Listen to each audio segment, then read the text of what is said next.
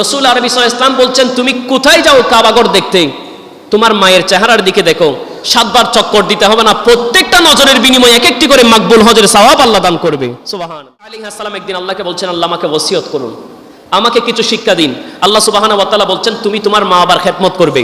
মুসা আলাইহিস সালাম বলে, এইভাবে আমি 9 বার বলেছি, 9 বারেই আল্লাহ সুবহানাহু ওয়া তাআলা আমাকে মা বাবার কথা বলেছেন। এরপরে বলছেন, হে মুসা নবী, যারা দুনিয়াতে নিজের মা বাবার খেদমতের মধ্যে লিপ্ত হবে, আমি আল্লাহ সুবহানাহু ওয়া তাআলা দুনিয়াতে তার জন্য একজন গার্ডিয়ান হয়ে যাব। আমি তার ভরণ পোষণের দায়িত্ব গ্রহণ করব এবং কবরের মধ্যে যখন রাখা হবে তার জন্য আমি আরামের বিছানা বিছিয়ে দিব, ফুলসিরাতের ব্রিজে তার জন্য ফুলসিরাতের ব্রিজকে প্রশস্ত করে দিব, হাসরের ময়দানে আমি তার জন্য নাজাতের ব্যবস্থা করে দিব। আর সেই বান্দা যখন জান্নাতের ভিতরে প্রবেশ করবে, সে জান্নাতের ভিতর থেকে আমি আল্লাহর সাথে কথা বলার সরাসরি ব্যবস্থা করে দিব। সুবহানাল্লাহ। জান্নাতের ভিতরে ঢুকে আল্লাহর সাথে সরাসরি কথা বলবে ওই সমস্ত বান্দা যারা দুনিয়াতে মা বাবার খেদমত করেছে। আল্লাহর হকের পরে মা বাবার স্থান। মুসা আলাইহিস সালামকে বলছেন, হে মুসা নবী, যারা আমি আল্লাহর হক আদায় করে নাই, হক মানে হচ্ছে নামাজ, রোজা, হজ, যাকাত, এগুলা আদায় করে নাই, কিন্তু মা বাবার হক আদায় করেছে, আমি ওই বান্দাকে আমার কুদরতি দফতরের মধ্যে নেককার হিসেবে কবুল করে নিই। আর যেই বান্দা আমার হক আদায় করেছে, ফরজ পড়েছে, নফল পড়েছে, যাকাত দিয়েছে, হজ করেছে, কিন্তু মা বাবার খেদমত করে নাই, আমি আল্লাহ তাকে তা আমার দফতরের মধ্যে নাফরমান হিসেবে কবুল করে নিই। সেজন্য রাসূল আরবি সাল্লাল্লাহু আলাইহি ওয়াসাল্লাম বলছেন, তুমি কোথায় যাও কাবাঘর দেখতে? তোমার মায়ের চেহারার দিকে দেখো।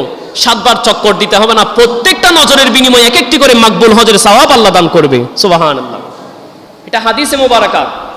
নবী করিম তামবিহুল কাফিলিনের মধ্যে ইমাম আবুলাই সামারকান্দি রহমাতুল্লাহ আলাইহি, ইমাম গাজালি রহমাতুল্লাহ আলাইহি মুকাশাফাতুল কুলুবের প্রথম খণ্ডের মধ্যে বর্ণনা করতে লাগলেন, 3টা জিনিস আল্লাহর সৃষ্টি জগতের মধ্যে এমন আছে যেগুলো একটা ছাড়া আরেকটা কখনো আদায় হয় না, কবুলও হয় না। বলে প্রথম জিনিস হচ্ছে আকিমিস সালাহ ওয়া ইতাইজ যাকাত, নামাজ আদায় করবে, যাকাত প্রদান করবে।